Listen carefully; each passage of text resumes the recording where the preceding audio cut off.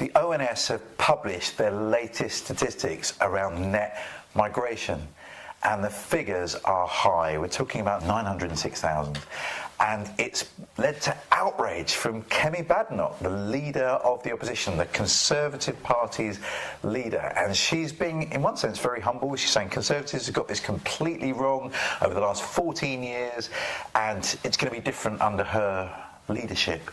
And some people might say, well, why should we trust it to be different? You had 14 years, you had David Cameron promising net migration would be down to 10,000 people, and it's nearly 1 million. It's definitely closer to 1 million than it is to 10,000.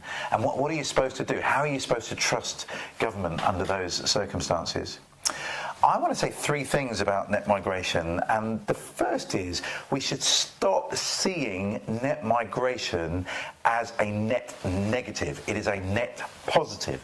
According to the statistics from the ONS, most people that have moved to the UK have come either with a skilled work visa or with an international student visa. And actually, skilled workers are needed, right? That we selected the criteria in which we gave a visa to someone with a particular skill because we needed them. And that could be a care worker, that could be an engineer, a truck driver. We recognised that we needed them, and that's positive, right? We're part of a global economy, why not? And statistically, if you come to the UK to work, let's say you've come from another EU country, you're likely to pay £76,000 more tax than the benefits that you receive. So again, a net positive. And international students have contributed in the year 2022 £41 billion into our education system. That's the reason that many universities are still financially afloat. So these are net positives. Now, secondly, we often conflate net migration with irregular migration. So a lot of people talking about stopping the boats or smashing the criminal gangs, and it's because of net migration that we've got so many asylum seekers in hotels. Well, that's not true. Net migration is between 6 to 8% of people that have come under their own steam, come in a small boat, come irregularly to the UK to seek asylum.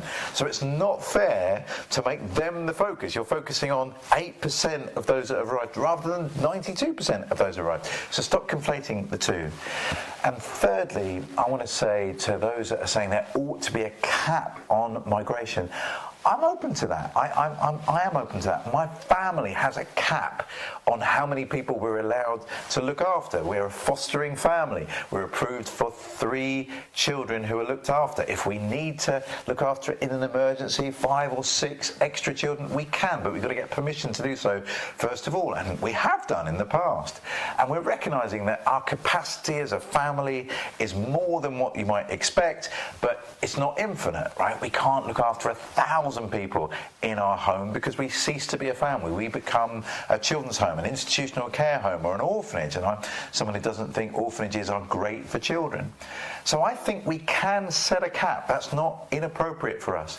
We might review the fact that we are one of the richest economies in the world, and therefore we can take our fair share of asylum seekers and people that need to come under refugee resettlement. We can take our fair share. No one is asking us to take everybody.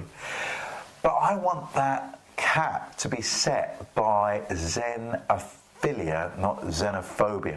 Too often we scapegoat immigrants as being the reason why there are so many problems in our society. Why the NHS isn't working, why there's not enough social housing.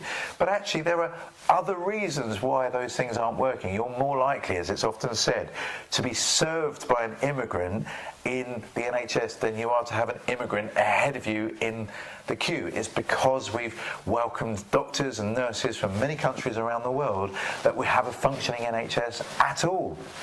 So to blame immigrants for housing problems is not fair. Or some people say, oh, you know, we keep all these immigrants in posh hotels.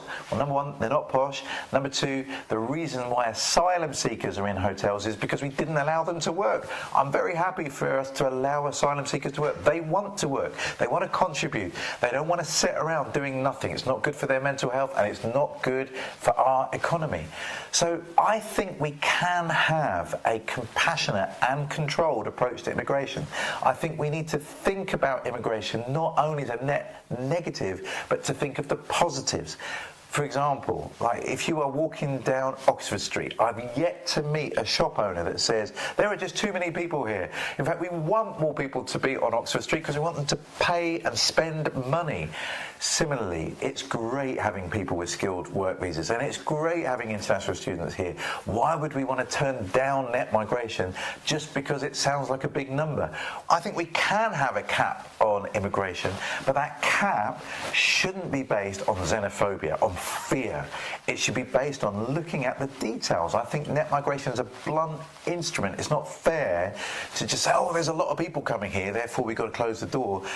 We don't say that in the retail industry. No one says, oh my goodness, it's going to be busy at Christmas with all these shoppers coming, we need less people. No, we're happy to have more shoppers. More shoppers is good for the economy. So why do we think that more people coming, contributing to our society, working here, paying tax here, studying here, paying international student fees, why do we think that's bad? It's actually good for everybody. So let's not let xenophobia dictate our cap if we're going to have one. Let it be based on rational, economic, humanitarian and compassionate grounds, and I think we can come up with a number that's going to make sense to everybody. Thanks.